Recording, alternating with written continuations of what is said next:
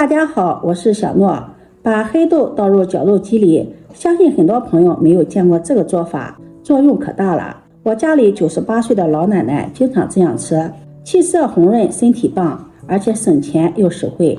下面跟着视频一起看看我是怎么做的吧。首先准备200克的黑豆，黑豆最好选择这种黑皮绿心的黑豆，这种黑豆也叫青人乌豆，因为它的表皮是黑色的，而内心呢为青绿色而得名。这种黑豆的营养价值更高。先把里面坏的烂的挑干净，然后倒入大碗中，加入清水，把黑豆淘洗干净，洗去表面的灰尘杂质。俗话说常吃黑可百病不生，别看黑豆黑乎乎的，但它的营养价值却很高。黑豆中富含维生素、花青素和矿物质，黑豆也有植物蛋白肉的美誉。同等重量的黑豆，蛋白质是鸡蛋的3倍，牛奶的12倍之多。黑豆可以做出很多的美食，煮粥或者是做酱豆都是非常好吃的。但是煮粥做酱豆都比较费时间，想天天吃不可能。这个黑豆的做法，做一次能吃上很长的时间，而且天天吃也吃不腻。淘洗干净后控水捞出，再放入大碗中，加入温水浸泡30分钟。接下来再准备200克的花生米，放入大碗中，加入清水淘洗干净，洗去表面的灰尘杂质。花生米虽然是带壳剥出来的，但是在去壳的过程中也会落有一些灰尘杂质，在使用之前最好是用清水清洗干净，这样吃的更加放心。淘洗干净后控水捞出，再放入大碗中，加入温水浸泡30分钟。花生米用温水浸泡一下，可以使花生皮泡软，然后花生吸收水分。一会儿我们在炒制的过程中，花生米呢不容易糊掉，同时还可以去掉花生表皮的苦涩味儿。接下来准备一些核桃，核桃是最受欢迎的坚果之一，它的外壳非常的坚硬，即使用核桃夹子夹也不是那么轻松。接下来呢，给大家分享一个去壳比较方便的方法。蒸锅水烧开，把核桃放到蒸锅里，盖上盖子，大火蒸5分钟。5分钟后取出来，放入凉水中过凉。过凉之后控水捞出，像这样用手轻轻一掰，核桃就掰开了，也不需要任何的工具。这样去壳非常的方便，而且核桃仁也是非常的完整。核桃具有丰富的营养价值和药用价值，经常食用核桃可以增强人们的记忆力，强身健体，健脑益智，助睡眠。剥好的核桃仁取200克，放入盘中备用。接下来再准备300克的黑芝麻，倒入碗中，加入清水淘洗干净。芝麻我们一定要选择生芝麻，生芝麻做出来的口感更香。芝麻一定要给它淘洗干净，芝麻虽小，但这上面的灰尘杂质也不会少的。黑芝麻泡水取的颜色呢，逐渐变成棕褐色，这是黑芝麻里面的花青素遇水溶出造成的，属于正常现象。但落色那是一个过程，如果黑芝麻遇水之后立即脱色，或者水变成黑色的，那就不正常了。最好不用那样的芝麻，那种芝麻一般就是搭色的芝麻，吃了不健康。淘洗芝麻的时候，上面漂浮的这个芝麻呢，用漏勺给它捞出来，这个是瘪的芝麻。淘洗干净后控水捞出，放入碗中备用。这里黑芝麻准备了300克，黑豆、核桃仁、花生米每样是200克，准备了600克，一共是900克的食材。这会儿黑豆也浸泡好了，把黑豆控水捞出，放入碗中备用。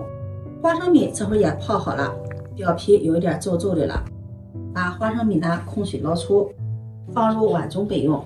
接下来准备一口铁锅，锅中不用放油，把淘洗干净的黑豆倒入锅中，用中小火煸炒，炒干水分。水分炒干就要用最小火煸炒，把黑豆炒熟炒香。炒黑豆的时候，我们最好选择用铁锅和木铲子，用木铲子不停的翻炒，一直炒至黑豆豆皮有裂开的现象，可以闻到浓浓的豆香味了。关火，再利用锅中的余温把黑豆翻炒一会儿。黑豆一定要炒出豆香味儿，但是也不要炒得太老了。如果炒老了、炒糊了，这个黑豆就发苦了，影响口感。炒好后放入盘中晾凉备用。接下来再把花生倒入锅中煸炒，先用大火把花生的水分炒干，水分炒干再转最小火，用最小火把花生炒熟炒香。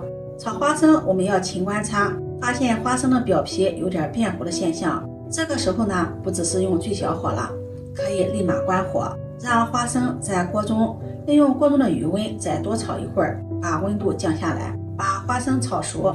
如果花生还不熟的话，可以再开最小火加热，直到炒至可以闻到浓浓的花生香味，花生呢有点微发黄，像这样花生就炒好了。盛出来放入盘中晾凉备用。炒花生黑豆如果觉得麻烦呢，家里有空气炸锅或者烤箱的，可以放到里面去烤，150度烤10分钟左右，把它们烤熟就可以了。但是中间呢要给它翻拌一次，让花生黑豆受热均匀。接下来再把核桃仁倒入锅中，用小火煸炒，核桃炒一炒，口感更香，更加的酥脆。炒核桃的时候一定要注意观察，如果核桃皮有点微微发糊的时候，赶快关火，然后再过一会儿再开火，把核桃炒熟炒香。核桃炒熟后盛入盘中备用。再将清洗干净的黑芝麻倒进来，用中火煸炒，先把水分炒干，再用最小火把芝麻炒香。芝麻比较小，我们在炒的时候一定要快速的翻炒，一直炒至锅中有噼里啪啦的响声，而且我们用铲子翻炒的时候，芝麻不沾锅铲，像这样芝麻就炒熟了。这个时候立马关火，盛入盘中晾凉备用。接下来再准备200克的糯米粉倒入锅中，用小火煸炒，把糯米粉炒熟。炒至糯米粉微发黄，可以闻到糯米的香味即可关火，盛入盘中晾凉备用。